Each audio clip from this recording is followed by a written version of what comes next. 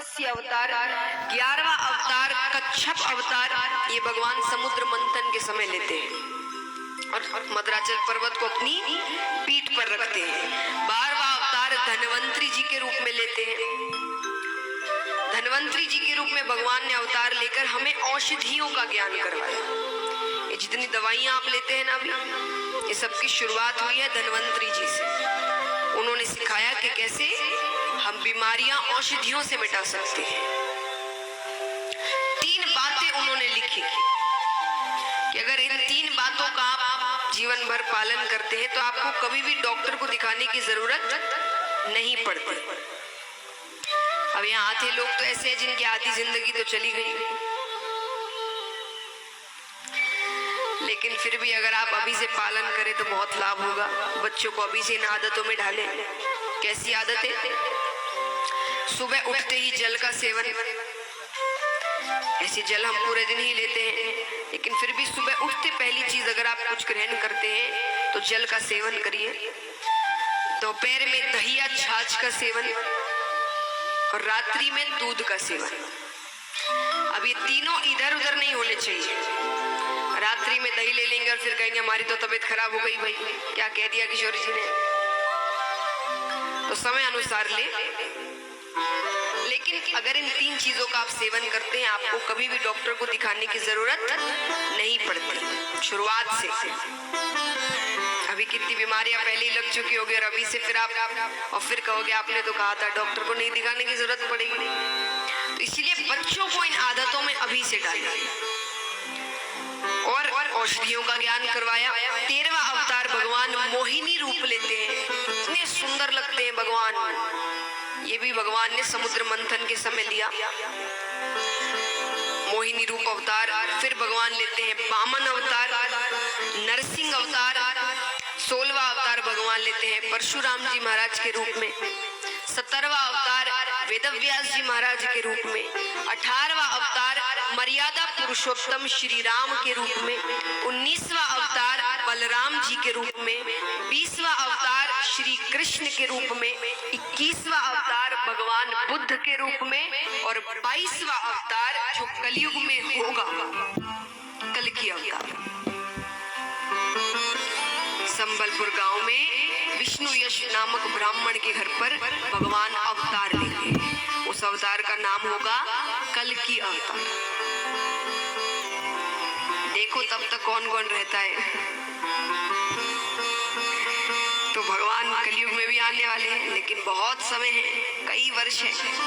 वो भी आपको पता चलेगा कलयुग की आयु कितनी है, तो उस हिसाब से आप अंदाजा लगा सकते हैं।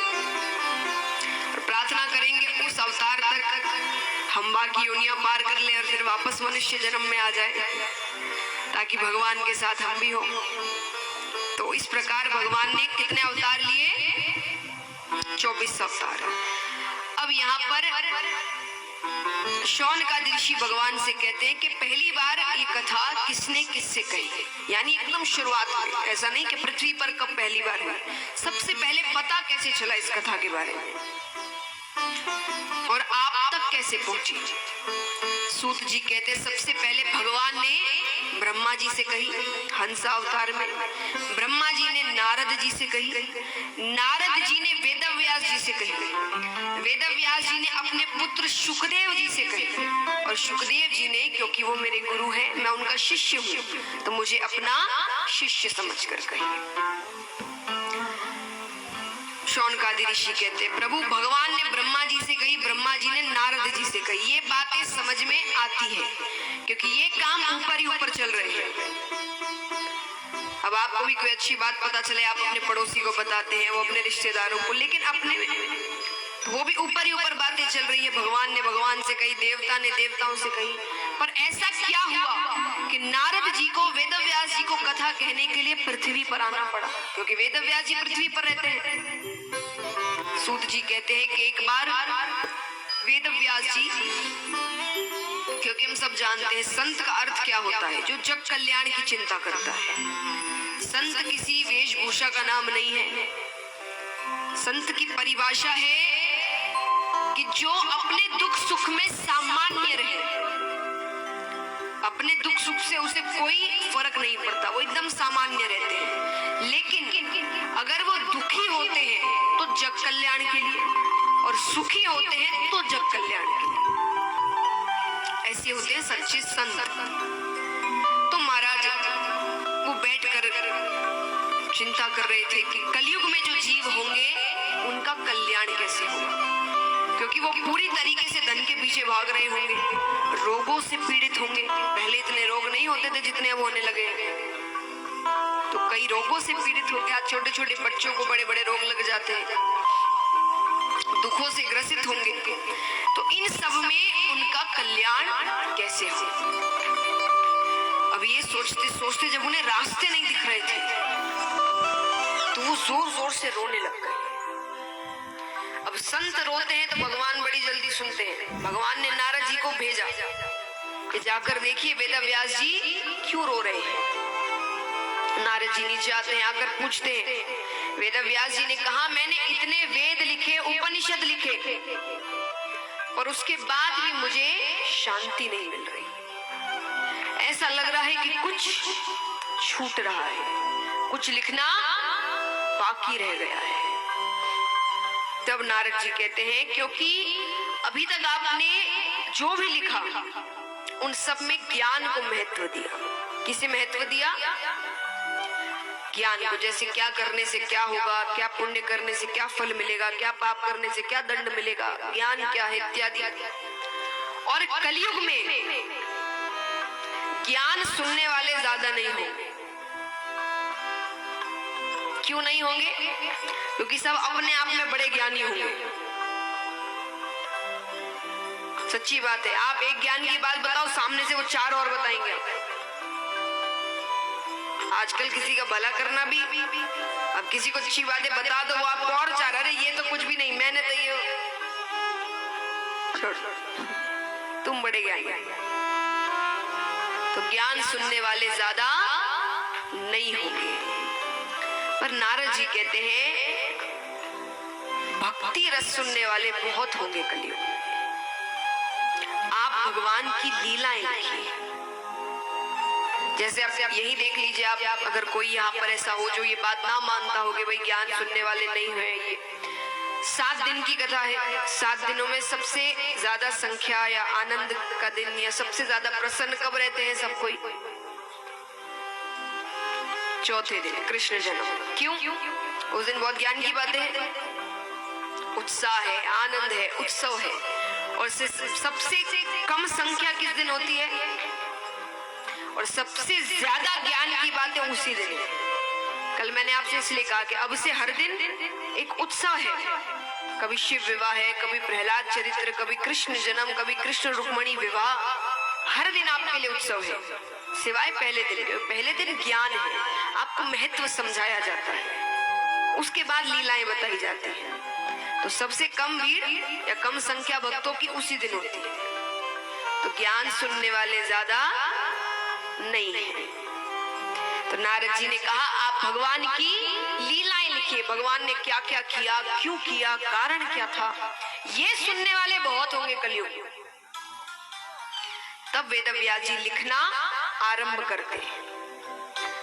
सबसे पहले वेदव्यास जी महाभारत का चरित्र लिखते हैं। आइए महाभारत का चरित्र प्रसंग हम 7वें दिन सुनेंगे विस्तार में। अभी मैं आपको बहुत संक्षेप में बताती हूँ। महाभारत का युद्ध प्राय खत्म हो चुका था। पांडवों की जीत हुई और कौरवों की हार हुई।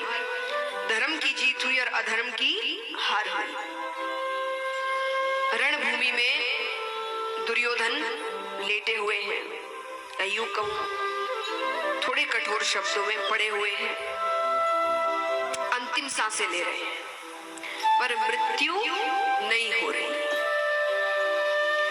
अब उनके मित्र अश्वत्थामा आते हैं। अश्वत्थामा ने आकर कहा कि मित्र, सब कुछ तो खत्म हो गया, तुम्हारी मृत्यु क्यों नहीं हो रही? दुर्योधन ने कहा कि हम 100 कौरव थे, 100 के 100 मारे गए, सामने 5 पांडव थे, एक भी कम नहीं हुआ। ये बात मुझे मरने नहीं दे रही। संभव है ऐसी चीजें, सामने 100 आदमी खड़े हैं, दूसरी तरफ 5 खड़े हैं और 5 जीत जाए और 100 के 100 मर जाए, ऐसा हो सकता है कभी? 5 में से एक तो कम होगा कम से कम, चलो कुछ ना हो कैसे तैसे, उनको भी चोट लगेगी इनको भी, लेकिन 100 मारे गए, 5 में से एक कम नहीं हुआ। दुर्योधन ने कहा ये बात मुझे मरने नहीं दे रही, ऐसे कैसे हो सकता है? और हमारे साथ कौन कौन नहीं थे? भीष्म पितामह, द्रोणाचार्य जी, लेकिन फिर भी अश्वत्थामा ने कहा मैं कुछ कर सकता हूं तुम्हारे लिए। बोले अगर कर सकते हो तो मुझे 5 पांडवों के कटे हुए सर ला कर दे, मेरी मृत्यु हो जाएगी। अश्वत्थामा ने कहा ठीक है। रात्रि के समय वो पांडवों का शिविर लगा हुआ था, अभी सब वापस अपने राज्य नहीं गए थे, शिविर लगा, अंधेरा है, पहले आज के समय जितनी लाइट्स इत्यादि होती नहीं थी, तो बहुत अंधेरा है। तो पांडवों की जगह वो 5 पांडवों के जो पुत्र हुए थे उनके शिविर में चले जाते हैं गलती से। अब शिविर के अंदर भी अंधेरा है, उन्हें दिखाई नहीं दे रहा कि कौन सो रहा है, उन्हें लग रहा है 5 पुत्र हैं, वो 5 पांडव सोए। अश्वत्थामा ने तलवार निकाली और 5 पुत्रों के सर काट कर 5 सर थाली में रखकर कपड़े से ढककर, अब सब काम शिविर के अंदर हो रहे हैं, अंधेरे में उसे कुछ नहीं दिख रहा क्योंकि वो बाहर कर नहीं सकता, बाहर सैनिक खड़े हैं। उसने 5 सर रखे, उस पर कपड़ा ढककर वो दुर्योधन के पास आता है।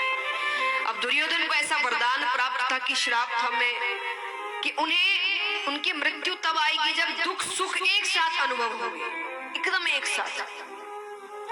तो दुर्योधन दूर से देख रहे हैं कि थाली में 5 सर आ रहे हैं, बहुत प्रसन्न हुआ, उसकी प्रसन्नता का कोई, लेकिन वो प्रसन्नता शुरू ही हुई थी कि अश्वत्थामा ने कपड़ा हटाया। कपड़ा हटाते ही दुर्योधन रोने लग गया, ये क्या कर दिया, इन्हें क्यों मार दिया? अरे यही तो थे जो हमारे जाने के बाद हमारा श्राद्ध इत्यादि करते, यही तो आखिरी बच गए थे। अब हम कौरवों की कोई गति नहीं है, अब शायद ही किसी को मुक्ति मिलेगी हम में से। और क्योंकि दुख सुख एक साथ अनुभव हुआ, रोते रोते दुर्योधन की मृत्यु हो जाती है। उनकी मृत्यु तो यहाँ हो गई, विचार करिए द्रौपदी जी पर क्या बीत रही है। आज कभी किसी माता के पुत्र या पुत्री, उनके संतान की थोड़ी सी ज्यादा तबीयत भी खराब हो जाए, उस माता की क्या हालत होती है। और यहाँ एक साथ 5 पुत्र मारे गए।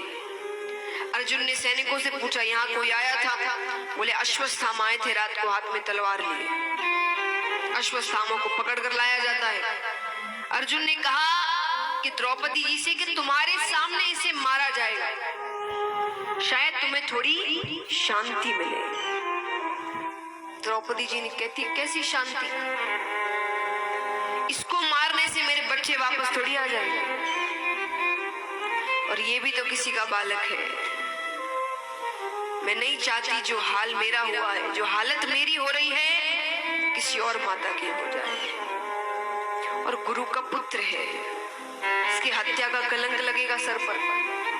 जाने दो, मारते नहीं है पर अपमानित कर देते हैं। अश्वत्थामा के केश काट दिए जाते हैं और उनके सर पर एक मणि लगी थी, वो मणि निकाल ली जाती है। ऐसे भी अश्वत्थामा को मार नहीं सकते थे। अश्वत्थामा अमर है। कितने लोग अमर हैं पता है आपको? 7 लोग अमर हैं, आज भी कहीं ना कहीं घूम रहे हैं, अभी तक उनकी मृत्यु नहीं हुई और कभी होगी भी नहीं। कौन कौन?